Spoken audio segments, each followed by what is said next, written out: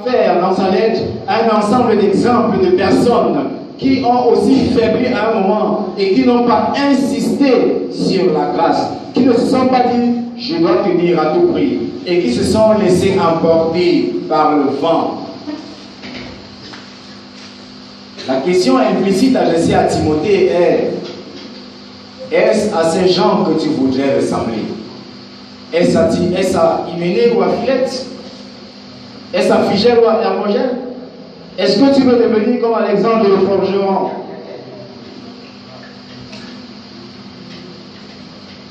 Ou alors souhaiterais-tu finir comme eux? Dans ce contexte de l'église primitive bien-aimée, où la foi des disciples était éprouvée tous les jours par la persécution, les faux enseignements, Timothée avait besoin de tenir, être un modèle. Mais où Timothée pouvait-il trouver cette force pour tenir dans ce moment difficile de son ministère? Où pouvait-il trouver cette capacité de tenir et de persévérer? Lorsque vous lisez la suite du verset 1, chapitre 2, toi donc, mon enfant, fortifie-toi dans la grâce qui est en Jésus-Christ. Dans la grâce qui est en Jésus-Christ.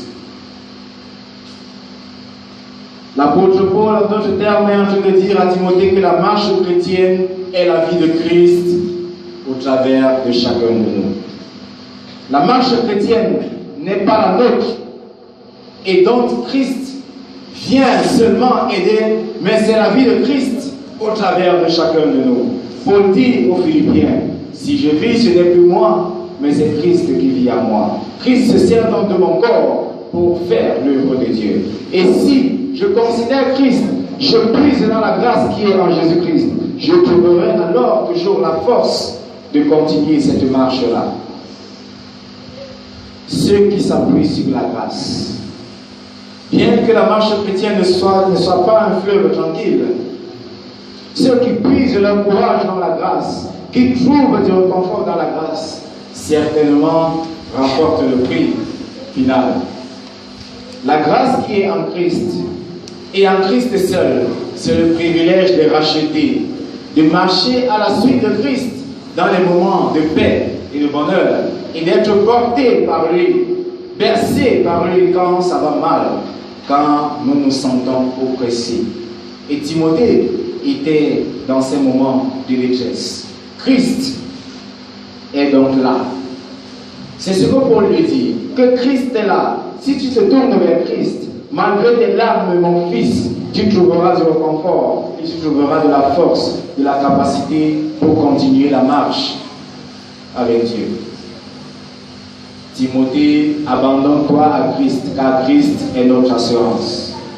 Si Timothée est exhorté à ne pas suivre les pas de Phigel ou bien de Philette et de puiser sa persévérance, sa fidélité en Christ, il y a bien aimé, une raison. Il y a bien un but au-delà de la personne unique de Timothée qui reçoit cette lettre. Quand nous allons au verset 2, nous lisons là, et ce que tu as entendu de moi en présence de beaucoup de témoins. Ce que tu as entendu de moi en présence de beaucoup de témoins. Et il veut lui donner la raison pour laquelle il doit persévérer. La raison, bien-aimés, souvenons-nous aussi, la foi vient de ce qu'on entend et ce qu'on entend vient de la parole de Dieu. Alors quand Paul dit à Timothée ce que tu as entendu, il lui dit l'évangile que tu as reçu de moi. Ce que Timothée a entendu de Paul, c'est l'évangile du salut, qui sauve celui qui le reçoit et le retient, tel qu'il a reçu. Comme Paul va exhorter les Corinthiens dans sa première lettre, 1 Corinthiens chapitre 15 verset 2. Il leur dit, si du moins vous gardez tel que je vous l'ai annoncé. Bien-aimé, retenir tel qu'on a reçu est une preuve de fidélité. Au milieu du climat d'hérésie qui régnait, il était plutôt facile de se détourner des principes fondamentaux de la foi transmis par les apôtres. Dans les 2 dernières parties du verset 2, l'apôtre expose le but, la mission de Timothée, la raison pour laquelle il doit tenir ferme au-delà de tout. Nous lisons au verset 2b, bien-aimés. Confie-le à des hommes fidèles. Confie-le à des hommes fidèles. Mais que signifie confier ici? Est-ce que c'est tendre et dire, tiens? Que signifie confier ici? Le verbe n'a pas le sens de donner et de bâtir. Pour dire, garde-moi ça là, je reviens. Ni celui de dire quelque chose à quelqu'un qu'on ne reverra plus.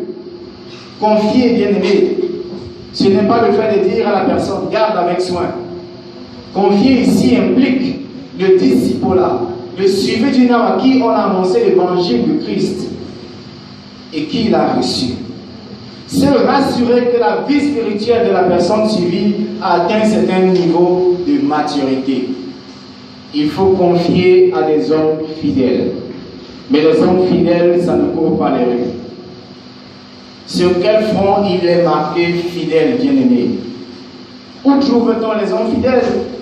Bien évidemment, nulle part. Un homme fidèle, ça se fabrique.